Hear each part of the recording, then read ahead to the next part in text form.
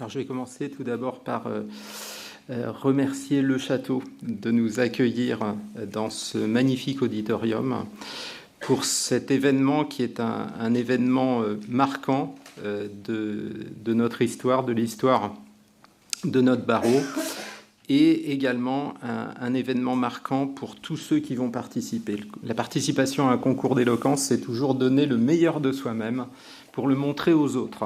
Ce n'est pas faire des grandes phrases, ça n'est pas faire de grands discours, parce que le plus grand discours, c'est celui qui laisse transparaître votre personnalité. C'est ça l'éloquence, c'est dire qui vous êtes et le transmettre aux autres. Mais surtout remercier Mélanie Favel et son équipe qui ont mené tout ce projet et avec laquelle on a construit ça depuis en fait le 8 mars dernier, où j'ai rencontré Raphaël Maillet à l'occasion de la Journée des femmes ici, et je lui ai fait découvrir le premier flipbook. C'était la première édition du flipbook. Et en fait, en ouvrant ce petit livret qui s'appelle Les mots de la folie, vous en avez chacun eu des exemplaires des 3 premières éditions, il a été, je crois, séduit, estomaqué, en tout cas très intéressé par le contenu de ces flipbooks. Et il a trouvé que c'était particulièrement étonnant et pertinent. Et il a dit, pourquoi on ne ferait pas un concours d'éloquence? Alors je lui ai dit, oui, très bien, mais moi, j'ai jamais organisé un concours d'éloquence. Ce n'est pas du tout dans les types d'événements où on était déjà allé, parce qu'on a fait déjà beaucoup de choses, c'est vrai, mais c'était vraiment une première. Donc on s'est dit, pourquoi pas? Et puis on a imaginé le projet, on a contacté déjà le château de Versailles assez rapidement en disant finalement ce serait le meilleur endroit pour organiser ça. On y est très bien et c'était un bel auditorium. Et ensuite on s'est dit tiens, ce sont les 150 ans de la République au château, on va demander la salle du jeu de paume. Donc on est allé salle du jeu de paume pour un certain nombre de répétitions pour que les candidats, je vous dirais qui y sont après un petit peu, puissent découvrir ce que c'était que la prise de parole. Certains en avaient déjà une bonne idée, mais certains moins. Et l'idée, c'était de leur expliquer ce qu'était aussi un concours d'éloquence, parce que même s'ils avaient fait du théâtre, c'est pas forcément toujours la même chose. Donc c'est Alain Guyot avec lequel on a travaillé dans le cadre de ces ateliers, qui les a coachés avec un certain nombre d'ateliers, etc. Ça a été vraiment très, très intéressant. Et ils ont été à peu près de 25 à en bénéficier. Il y en a certains qui n'ont pas été candidats jusqu'au bout, certains qui sont venus assez peu. Et ensuite, effectivement, la partie que j'ai trouvée particulièrement impressionnante et qui m'a fait découvrir ce que c'était qu'un concours d'éloquence, parce que c'est vrai que j'ai jamais assisté à un concours d'éloquence non plus, c'est quand nous sommes allés à l'Ordre des avocats, invités à l'initiative du bâtonnier Raphaël Maillet, et que les candidats ont tous présenté leur texte, qui était déjà très très bien construit. Je pense que je les avais peut-être un peu aiguillés pour ça, et je ne regrette pas de l'avoir fait, parce que ça nous a permis d'être presque en situation, que ce soit presque des répétitions générales, et ça a été particulièrement émouvant, parce que je pense que tous les avocats qui ont participé et qui sont là pourront le dire. Je crois qu'ils sont très impatients d'écouter les candidats. Donc en fait, les candidats, pour en dire un petit mot, il fallait qu'on les recrute. Donc on s'est dit, on va s'adresser à nos partenaires de longue date, à commencer par la Fondation Falleret, dont Sandrine Broutin est la présidente est ici présente et que je remercie aussi de faire partie du jury, qui effectivement accompagne le quotidien de plus de 4500 personnes dans toute l'Île-de-France, et qui a été un relais formidable, parce qu'en fait, on s'est surtout adressé à des personnes qui vivent seules. C'est un peu l'objectif de ce genre de projet, pour qu'elles puissent venir en autonomie, parce que c'est vraiment le principe des projets que nous menons. C'est qu'en fait, on est à l'écart du soin. On est dans quelque chose qu'on appelle le rétablissement, la réhabilitation. Ce sont des jolis mots que vous connaissez peut-être pas, mais bon, qui sont très, très, très utilisés dans le monde de la santé mentale. Et qui donnent de bons résultats. Donc toutes ces personnes en fait sont venues finalement de toute l'Île-de-France. Au départ, on était parti sur les Yvelines, et on s'est rendu compte assez vite que ils sont venus, revenus. Il y a même des candidats qui viennent de Lille et de Châlons en Champagne. Donc il faut vraiment les féliciter, parce que ils sont venus régulièrement et ils sont allés jusqu'au bout. Je suis très heureux de pouvoir vous accueillir. Je remercie nos participants d'être venus nombreux. J'ai plaisir à voir que la salle est comble. Je remercie en particulier Madame Dupin, avec qui on a fait tout ce travail et qui m'a précédé à ce pupitre avec Art et Convergence. Et je salue bien sûr les personnalités qui nous ont rejoints, Monsieur Fayet et Madame Broutin. Merci également à tous les organisateurs de cet événement, avec ce travail qui a été fait par les personnes en situation de handicap. Et nous sommes toujours très très attachés à pouvoir montrer les travaux que nous engageons auprès de ces publics qui viennent compléter très largement notre offre culturelle et qui montrent à quel point il est important, au travers de l'expression artistique et culturelle qui s'adresse à tous, nous y sommes très très attachés, de pouvoir faire émerger des pratiques, des expériences et des émotions au contact de ce lieu, bien sûr, qu'est Versailles, au travers de sa réputation, mais aussi de tout ce qu'il peut offrir en termes de pratique. Et ça se sait malheureusement encore pas suffisamment. C'est la raison pour laquelle je tiens encore à renouveler tous nos remerciements à tous les acteurs qui nous aident à le faire vivre, parce que ce lieu s'adresse à tous, il est ouvert à tous, et nous sommes vraiment très très fortement attachés à ce que son image change de ce point de vue-là et ne donne pas uniquement l'image de réputation internationale qu'a ce lieu, pour nous tous bien sûr français, et au-delà de ça bien sûr de son image de rayonnement mondial. Place maintenant au concours d'éloquence. Je vais appeler la première candidate, Whitney Bernier, qui a choisi comme sujet « Empathie, allez tous vous faire aimer ». Ça suffit de se détester, ça suffit de juger. Alors, allez tous vous faire aimer. C'est une invitation à une bienveillance collective. C'est une façon de dire qu'au lieu de répondre à la méchanceté par la colère, nous choisissons l'empathie. L'empathie, c'est le sens caché de cette phrase. Une phrase à la fois tendre et révolutionnaire. Elle nous dit de choisir d'aimer, même quand c'est plus simple de haïr. Des mots me viennent à l'esprit. Et à chaque fois, j'ai l'antidote de leurs symptômes incessants. Délire, antipsychotique. Refus de soins, injonction de soins. Encore refus de soins, HDT. Pour les néophytes, hospitalisation à la demande d'un tiers. Agitation, contention psychique. Agressivité, contention physique. Logorée, c'est simple, ne les écoutez pas. Avoir enfin confiance en moi et faire preuve d'assurance ont été le travail de toute une vie. Je ne remercierai jamais assez les thérapeutes et mes proches. Il y en a qui sont là. Ils m'ont aidé à comprendre mon fonctionnement, à mieux me connaître, à m'accepter comme je suis, à pratiquer l'autocompassion. Pour conclure, apprendre à nous connaître et à nous aimer, c'est devenir acteur de nos vies. Donc je vous rappelle ce qui est écrit sur ma casquette, pas un acteur. Donc j'en ai plus besoin. Hop. Donc ce cheminement vers la connaissance et l'amour de nous-mêmes nous permet d'atteindre une forme de libération. J'ai sommé des pensées, des pièces, tout au long de mon parcours. Je m'en suis nourri.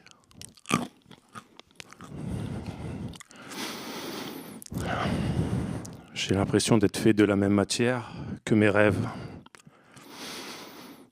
Je me pince, je suis bien là.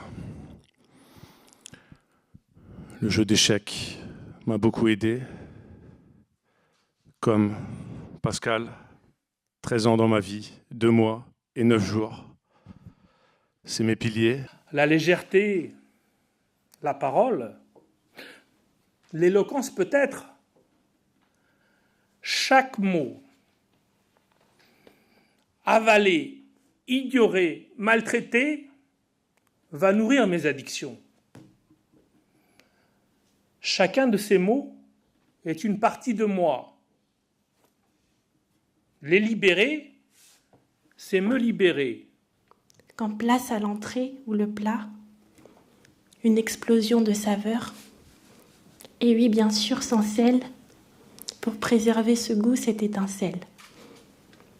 Quant au dessert, la pièce maîtresse, je vous esquive les détails qui me submergent. Le sucre m'appelle.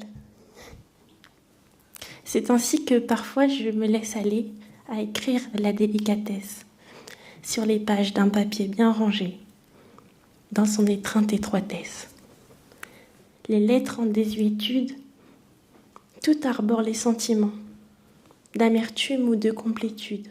N'ayant pas le choix, j'ai appris à être patiente, bienveillante envers moi-même. Et ralentir m'a ouvert la voie vers d'autres possibles, m'a permis de remettre en cause mes exigences, de prendre conscience de mes contradictions, de questionner mes convictions. J'étais en quête de sens. J'ai réalisé que seulement la joie pourrait me sauver. Je ne sais pas où se cachent mes mots, où trouver les mots dans un trou. Sur les murs gravés, leur inscription ne porte pas le sens de la vie. Les mots traversent une jungle infranchissable. Alors je cours vers la blessure. Ne plus vouloir boire mes mots, meurtris par un éclat de pierre. Ils s'étaient fondus dans mon mutisme. Ma vie m'est étrangère. Dans le désordre inextricable de l'intrigue de ce monde. À tous ceux qui sont fous, aux marginaux, aux rebelles, aux fauteurs de troubles, aux ronds qui ne rentrent pas dans des trous carrés, à ceux qui voient les choses différentes. Alors oui, Apple a fait sa réputation à la fin des années 90 en cherchant à attirer les atypiques. Apple a fait de la différence son image de marque. Et ça a été un succès énorme. Pourtant, quand j'observe aujourd'hui que la plupart des ados ne jurent que par un téléphone portable Apple, là, je vois un petit point de bascule qui s'est opéré. Submergé par un imaginaire débordant, épuisant, qui implose dans tous les sens, où tous les sens peuvent être touchés. Heureusement, cela permet parfois d'aller vers un narratif plus acceptable, plus tolérable. On débranche, on déconnecte. À mes 18 ans, je n'avais plus aucun euro dans mon compte bancaire. J'avais tout dépensé en l'espace de quelques semaines. J'allais 5 fois par semaine au bar. Je demandais à mes collègues lillois de m'appeler Khaleesi, qui veut dire reine, dans le langage de Game of Thrones, une série que j'aime beaucoup. Un peu trop apparemment. Ce qui produit l'attrait et assure le fondement de notre humanité, c'est donc bien l'unité dans la diversité. Comme le monde serait terne si nous portions tous les mêmes habits, avions les mêmes habitudes et les mêmes discours. Nous sommes riches de nos différences. Et cette mosaïque de tons différents qui fait la beauté de l'humanité rend l'aventure de la vie attrayante et désirable et rehausse la qualité de nos interactions. C'est pourquoi, un matin, je me suis réveillée à l'aube et j'ai eu l'intuition que quelque chose allait se produire. Mon papa décédait à 59 ans un soir de juin 92. Cet être cher à mon cœur allait me faire vaciller. Je ne dormais plus. Impossible de trouver le sommeil. J'invite Marie Féot à me rejoindre. Elle a choisi d'explorer le sujet déni. Le problème, c'est que tout va bien. Mes chers amis, j'ai décidé de me porter partie civile contre le déni. Le déni, vous savez, ce refus de reconnaître une réalité traumatisante ou menaçante. Il est là pour ne pas voir nos addictions. Il est là pour ne pas entendre la souffrance d'un enfant. Et c'est à peine croyable. Il existe même le déni de grossesse. Sachez que personne ne choisit.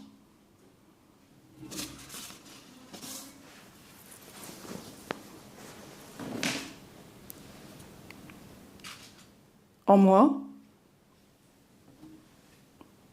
le déni de la maladie s'est invité. Mon thermostat de l'humeur défaille, mon quotidien déraille, je dérouille, en haut comme en bas.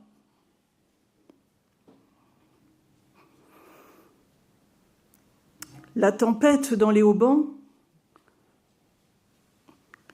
l'incessant débat, ça vibre. Où suis-je donc, moi ?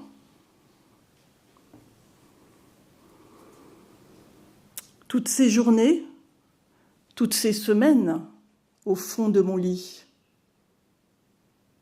Puis mes idées s'emballent.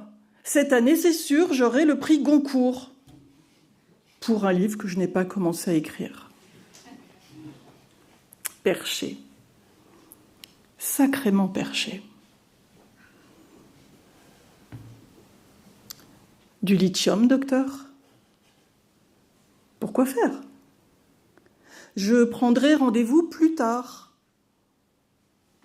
Ça va bien. Plus tard, dans ces instants qui se tiennent entre les silences et les fracas.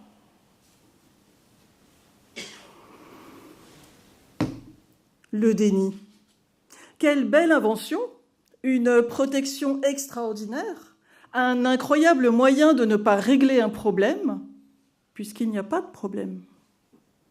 C'est bien pensé. Le déni, le problème, c'est que tout va bien. Nous, les psychologues, appelons ça un mécanisme de défense. Défense, ça me rappelle quelque chose. Oui, ne trouvez-vous pas que ce déni est un génie ? Il fait tout ça sans l'aide d'un avocat. Le déni, c'est totalement gratuit.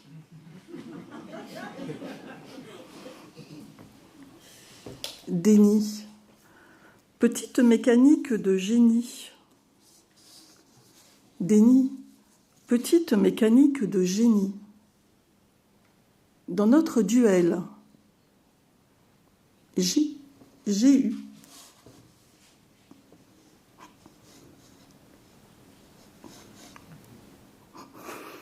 Le dernier mot.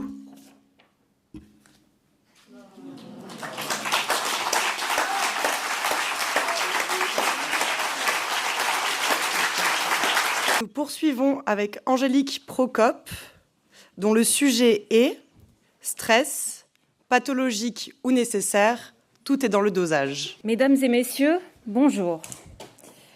Le stress, dans la vie, est-il un allié ou un ennemi mortel ? Le stress peut nous contraindre ou nous propulser. Je ne vous donnerai pas de définition. Chacun de nous l'a déjà ressenti. À mes yeux, le stress ressemble à un moteur. Quand il tourne rond, il nous pousse en avant. Quand il s'emballe, il peut nous briser. Pour ma part, le stress a été un cauchemar. Il m'a étouffée, il a ralenti mes gestes, envahi ma tête, figé mon corps. Mes journées étaient rythmées par des rituels, des troubles obsessionnels compulsifs, des TOC ou pensées aux rituels obsédants, censés me rassurer.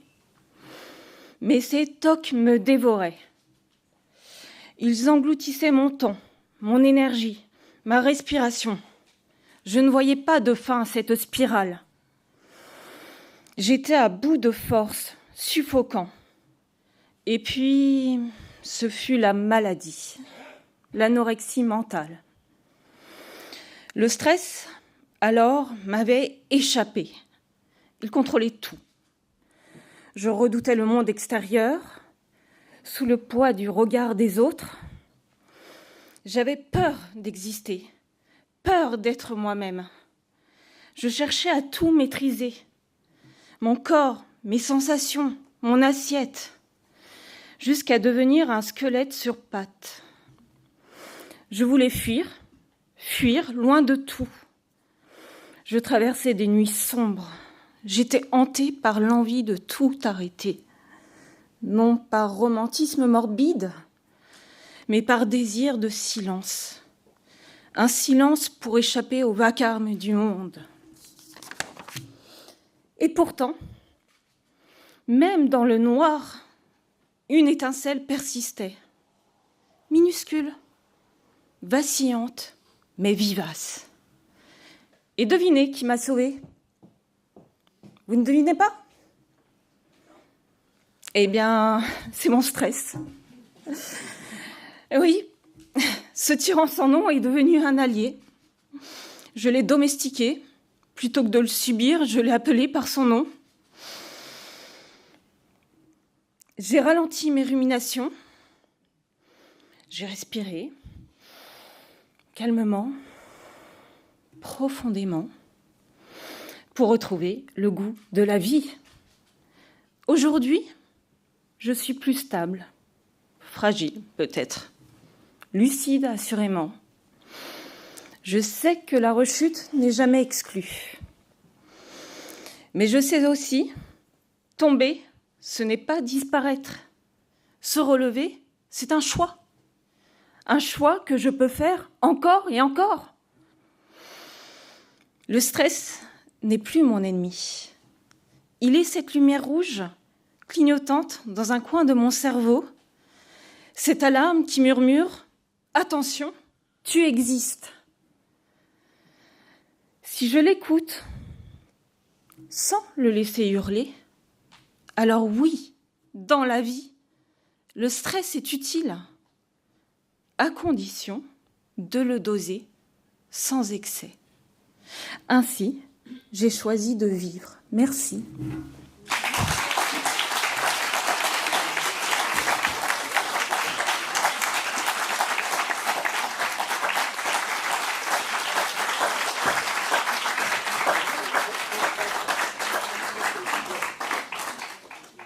Marie-Pascale Pi, excusez-moi, dont le sujet est logoré dans un discours en cru, tous ces mots en noyade. Dans l'obscur, j'ai plongé. La lumière des hommes aveuglait la nuit dont je voulais me parer. Dans la nuit d'un jour, des jours, du jour, jour échelle où, devenu entre deux jours ajourés, je me fais abîme pour un monde de silence. Mais voilà que dans cette nuit devenue, des êtres laissent passer un jour entre deux jours ajourés pour autre jour. Des êtres qui sont partout et nulle part. Ils jouent avec les mots qu'ils aiment à libérer quand ils rencontrent des hommes qui, eux, s'y noient. Les mots devenus connaissent alors d'autres heures et prennent ainsi racine. Plus encore, ils donnent aux hommes cette langue qui conduit à jongler avec les mots. Une langue qui n'a pas de prix. Tous les hommes peuvent la parler. Apothéose, vous me direz. Pas de discours en cru. Plus de mots en noyade. Adieu, logoré. Cependant, la réalité est là. Je ne connais aucun de ces êtres.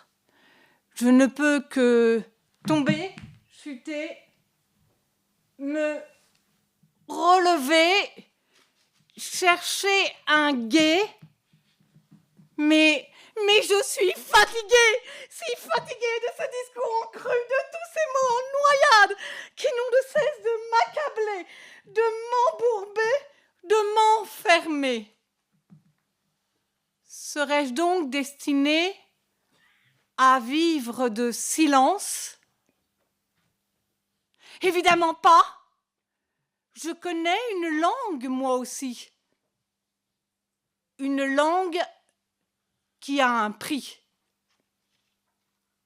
Entendez, écoutez, au-delà des mots, la musique mène la danse. C'est ainsi qu'elle m'emmène, qu'elle m'amène, puis m'affranchit pour mieux crever le ciel. Étoile morte devenue, pendue tout court, je suis. Pour tout vous avouer, et je ne mâche pas mes mots, cet écrit est né pour ne pas faire face à ce discours en cru, à tous ces mots en noyade, à cette logorée, à ces mots, bref, de la folie, qui ne pouvaient que me conduire directement en psychiatrie. Je préfère être ici, cet après-midi, avec vous. Merci. Un immense bravo à toutes les candidates et à tous les candidats.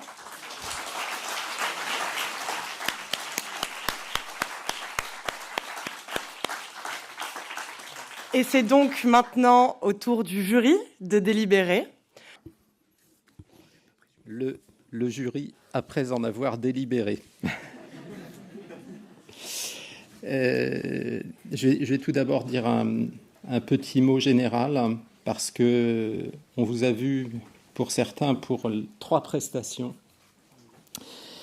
Et pour la plupart, vous n'avez pas assisté aux 3 prestations. Ce que je peux vous dire, c'est que chacun, cet après-midi, a donné le meilleur de lui-même. Et comme on dit sur certaines courses à pied de longue distance, il n'y a pas de perdants, il n'y a que des finishers. Et vous êtes tous des finishers.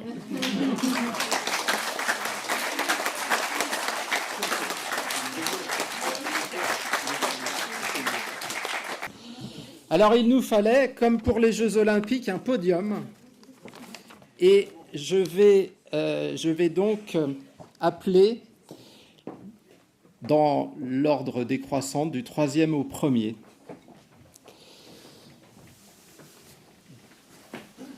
Le 3e prix a été accordé à une participante qui nous a finalement expliqué que la vie était belle, Marie Féot.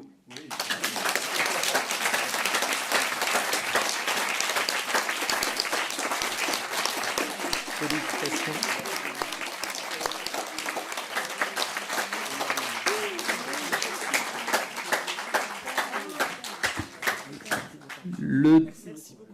Le 2e prix nous a parlé de quelque chose que nous, avocats, nous connaissons bien, le stress et tout ce que ça pouvait engendrer.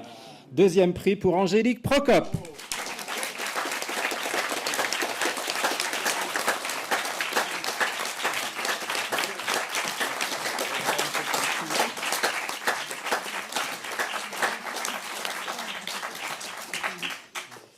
Et pour le 1er prix, un cadeau particulier de la part du barreau de Versailles,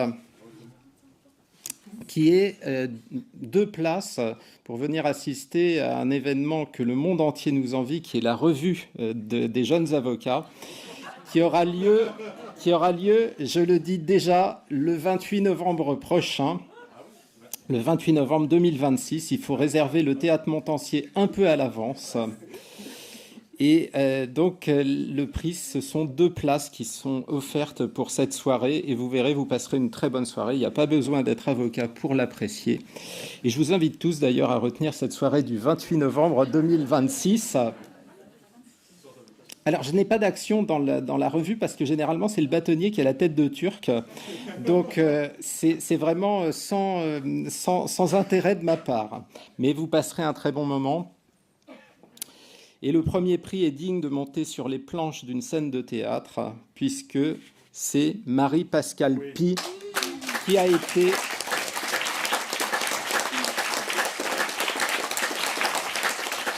désignée 1er prix et vainqueur de ce 1er concours d'éloquence, avec beaucoup de fierté.